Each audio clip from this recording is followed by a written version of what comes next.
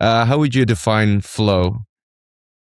So I think the big concept that comes to mind is actually non-doing. So a common question I would get under, the fun maxing and shenanigans maxing was basically like, what do I do? And the answer is that's the wrong question. You're not supposed to be doing anything, right? If you actually pay close enough attention to your body, you pretty much always know what you should be doing at any given period of time. Now, it's important to sometimes kind of boot up conceptual thinking and to like think rationally and with words and stuff like that at times. But that's for me more like taking your car to a mechanic when it breaks down. Ideally, the car is just running automatically without a problem.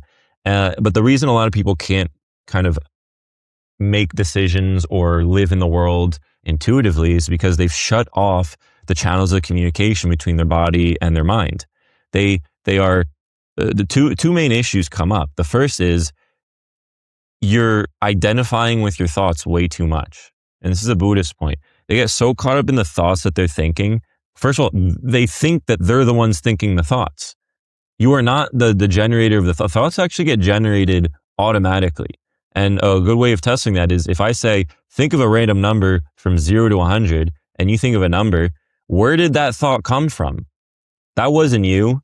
It just pops into your mind. That's all of your thoughts, by the way. This is a very deep insight. All of your thoughts are like that. The problem people make is they think that they're the thoughts, and then they get caught up in whatever the mind is generating. If those thoughts are negative, God help you, you're going to spiral really quickly with that. And this is where all the manifestation girlies are on about. If you simply, or even try to initiate to the extent you can, the generation of certain thoughts or bring about conditions such that those thoughts naturally arise that are more positive, you're going to get the outcomes you want. Because your thoughts really do eventually trickle out into your actions and your circumstances because they act as a filtering mechanism. They act as a screening for what appears in your conscious. You don't just see reality. This is a Kantian point. It's obviously filtered through your perception, but it's filtered through your perception in a way that mimics your internal world, as within, so without. If you think you're unlucky, you're only going to notice instances where you're unlucky, and then it self-reinforces that own narrative. If you think you're lucky, if you think you are, God has you, you are on a divinely inspired mission and nothing can get in your way, you're going to notice ways around every obstacle that comes in your way because you're looking for it. You're looking for those things in the first place. And this is a predictive processing idea as well. We're trying to make sure what your brain does is it tries to minimize the surprise that occurs in your perception. And there's two ways of doing that. One is changing your circumstances, the other is changing your perception. And so as you focus on cultivating your perception to be more positive, be more fruitful, be more to be more in line with a state of abundance, you start noticing more abundance, right? So this is a very deep point. The second thing, aside from the second obstacle to being able to act intuitively, the first one being identifying with your thoughts too much, is everyone's just way too overstimulated. It's brutal. Like no one can read a book anymore. No one can sit with their thoughts. You have to reach for your phone every 5 seconds. And the result of being overstimulated is you never get bored. When you don't get bored, you don't allow your mind the space to generate the thoughts that you need to naturally reflect on the things that need to be reflected on, and also to just fuel the rest of your body.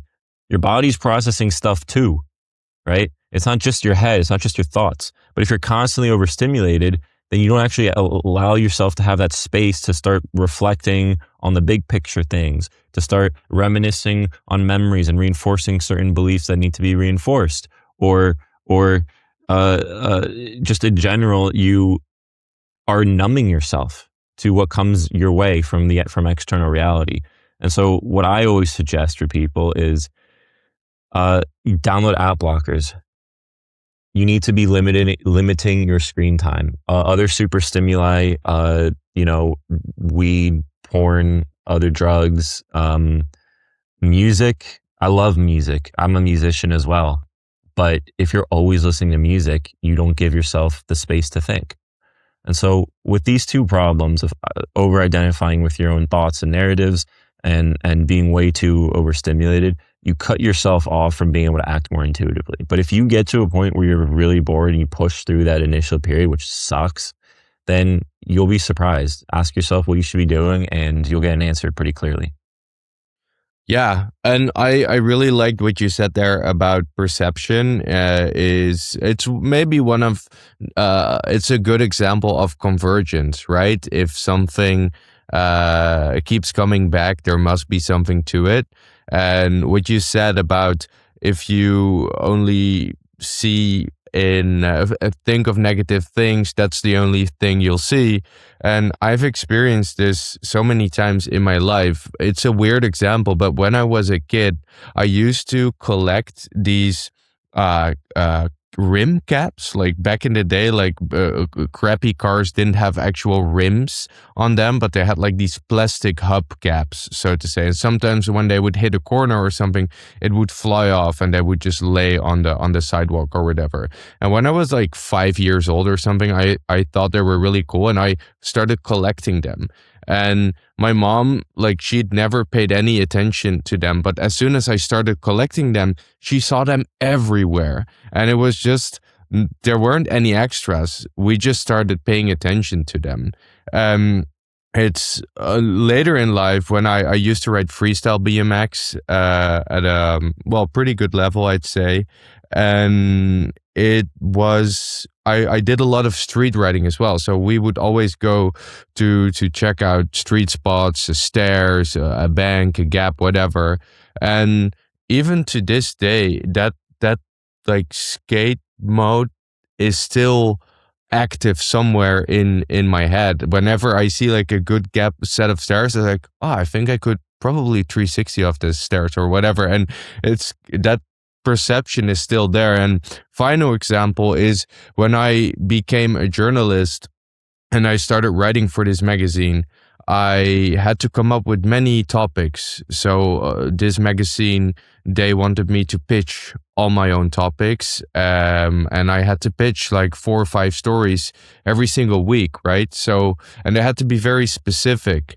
And then I started thinking, I put on these like, there something like switched in my brain and I started seeing stories everywhere. So when I was just having conversations with people, when they were telling me something, I was like, hey, that might be there's a story there. There's a story there. So and finally it's why Formula One drivers are told not to look at the curb because they'll steer into it, right?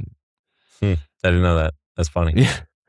Yeah, no. So I definitely agree with you there, but it's difficult resetting your dopamine in a world that's so that tries to grab your attention every single day. Is it other than just installing phone blockers? Anything people can do? Not use their phone for first few hours of the day, or put it in black and white or something? Yeah, there's a bunch of small tricks. The ones you just said are helpful. You can set in black and white. You can set a schedule so that it automatically goes black and white, over the night and then like an hour before bed and like a couple hours after waking up. So app blockers, I will say one caveat is if you're really determined, you can kind of break the app blockers. Obviously won't say how, but because that's an info hazard. But if you're kind of, sneaky, you can figure it out. There is a nuclear option for anyone on an iPhone. And the nuclear option is the screen time app. You can set app blocks, time limits. And then what you can do is you can require a PIN code to get around the block. So you hit your, hour-long limit of whatever app, you can say like, continue anyways. There's an option in screen time where you flip it and it requires a PIN code. And so the trick is to have someone else make the PIN code. And it has to be someone, so it can't be someone you live with, like your significant other, a roommate, or a parent. Doesn't work. It has to be someone you see like once a week, once every couple weeks. So that way they have it, it's over there, and you can't get it easily accessible, because then you'll just like keep asking them. Or if it is someone in your house, like there's obviously a lot of shame if you do need to get around it for whatever reason behind that. Just take that out of your hands, outsource it to someone else, and just treat yourself like a child. Because realistically, it's not a fair fight. It's you and your monkey brain versus a team of the world's best psychologists and data scientists in Silicon Valley. it's not a fair fight. Like, it's totally fine to put your thumb on the scale and to use systems and to build systems and to leverage apps and certain techniques to make this not a power of willpower. Excuse me, to make this not a battle of willpower, because then you're just not going to win long term. It's not a sustainable strategy. So that's another option.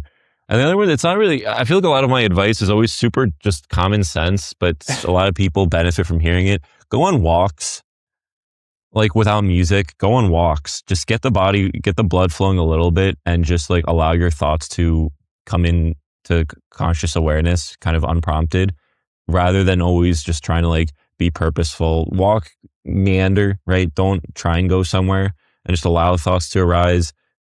Get in contact with reality again. Don't always be staring at like a rectangle that's like 3 inches from your face. Um, yeah, other than that, take care of your health. It's hard to kind of be unhappy when you just got back from the gym. Yeah, no, for sure.